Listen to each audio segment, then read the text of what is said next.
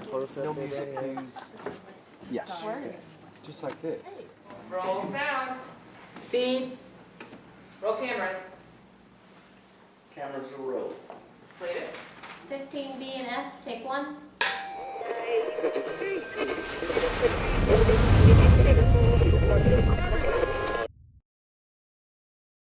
I am the only one in my graduate class that did an adaptation. I've become close friends with Bob May, who is a professor in our writing department, and I'd say probably my first year in graduate school, he forwarded us like 4 or 5 scripts and said, you know, do with them what you will, and if you want to shoot any of them, please do.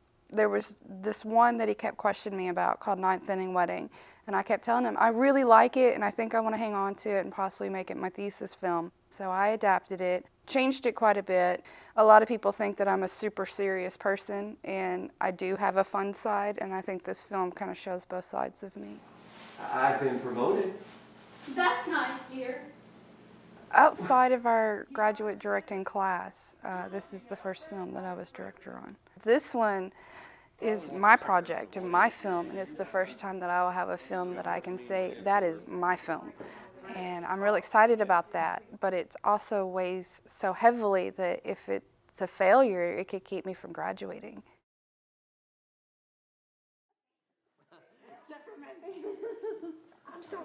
So Brandon, tell me about the set. How's the set going? Everything is going fantastically. It's one of the smoothest running sets I've ever been on. Everything's flowing perfectly. We're on schedule. Nobody's stressed. Everyone's having a good time. If we pull off everything that I'm hoping to do today, we will have shot over 11 pages today. And how many pages is your script? 29. It took probably about 5 or 6 takes, and then finally I was looking around the room and I said, oh my gosh, I am shooting my thesis film. I don't know how I got so lucky with cast and crew and the efficiency. Yeah, everything's going great, I think. We're having fun, which is so important. You know, we make films because we love it, not because it's easy, but this is making it easy. If your crew is having fun, it's going to turn out to be really good. Have you been on film sets before? I have not, actually. This is my first one. How's it going? It's pretty interesting. Finally getting to see how everything works on set. I wanted to give some people some opportunities that they may not have had in the past. So I was trying to find people in our department that maybe had not worked in a role that they wanted to work in or had worked on many projects altogether and just give them a chance. And I wanted to use my project as a learning tool.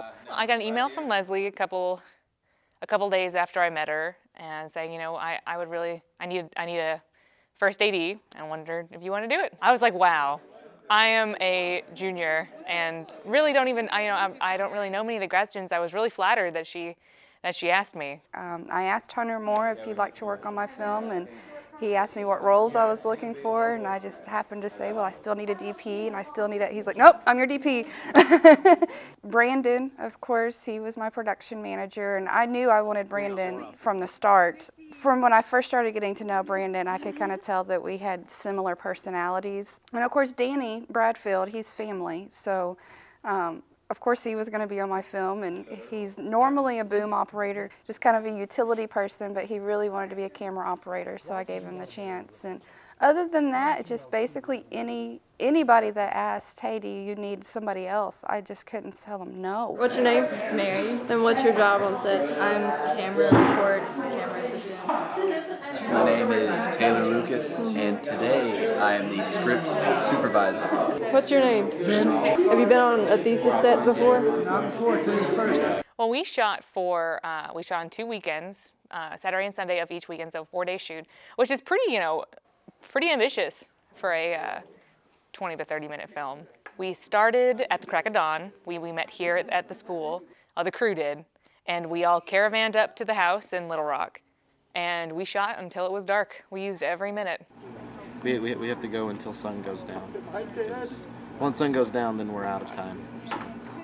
You don't really get breaks from making movies. You constantly have to be thinking about what's next, what character's in the next scene.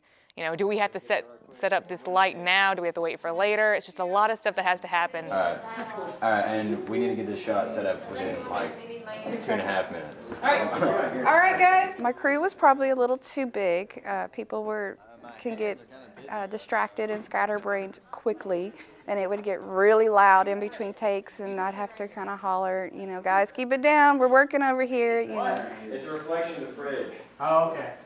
Can we flag that off? See it? Can we flag that off? Can we flag that off? Oh, can we do something? Can we flag it off, people? Listen! Can we flag it off?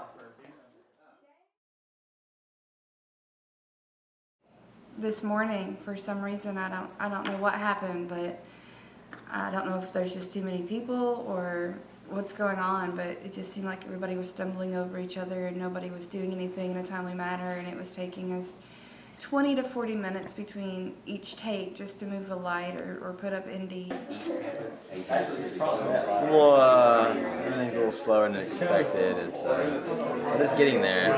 The kitchen itself is really, it's difficult to shoot in. Other than that, everything is going according to plan. Are y'all on schedule? Kind of. In other words, no. How's it going, Cam? Well, we're a little behind. Why are we behind today? We are behind because we had some issues with people being here. I had told everybody beforehand that, you know, this is filmmaking, things change and they change quickly. Please keep an eye out on your text messages and your email. Well, I had changed our schedule around, which moved some characters' call times up from the original plan. And apparently one of my actresses didn't get the text and didn't get the email, and overslept and didn't get her email, and finally we got her woke up. We basically had to throw her together and get her on set, and but it worked out. It was fine, and she did a good job once she got there, and but that was really the only hiccup. Lesley set it up really well where the easiest stuff to shoot was first. So it kind of got our crew used to it, you know, the long days, and it got longer as we went because we got more used to it, you know, got more familiar with the people and the equipment and the story. They were long shooting days, and people, you know, people get tired at the end of them, people get hungry and cranky, but generally it went pretty well. Everything just ran really smooth, and I felt really good about it, and I had great people to work with. Lesley is very devoted. I mean, Lesley knew the story inside and out. She knew what she wanted.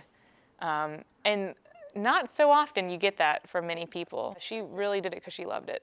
Well, I'm just very grateful for everyone that gave their time to my film, and I hope that they're all proud of it once it's completed. And I'd work with any of them any day. Get scared of kids in the dark. Cut.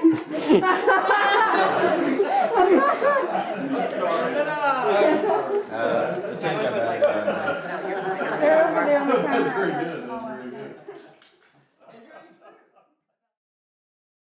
So Kim, how's the day been? It's been good. We got everything done that we wanted to. At the very last second, we squeezed it in, which is always the best thing about filmmaking, is getting in right under time. And it was a good day.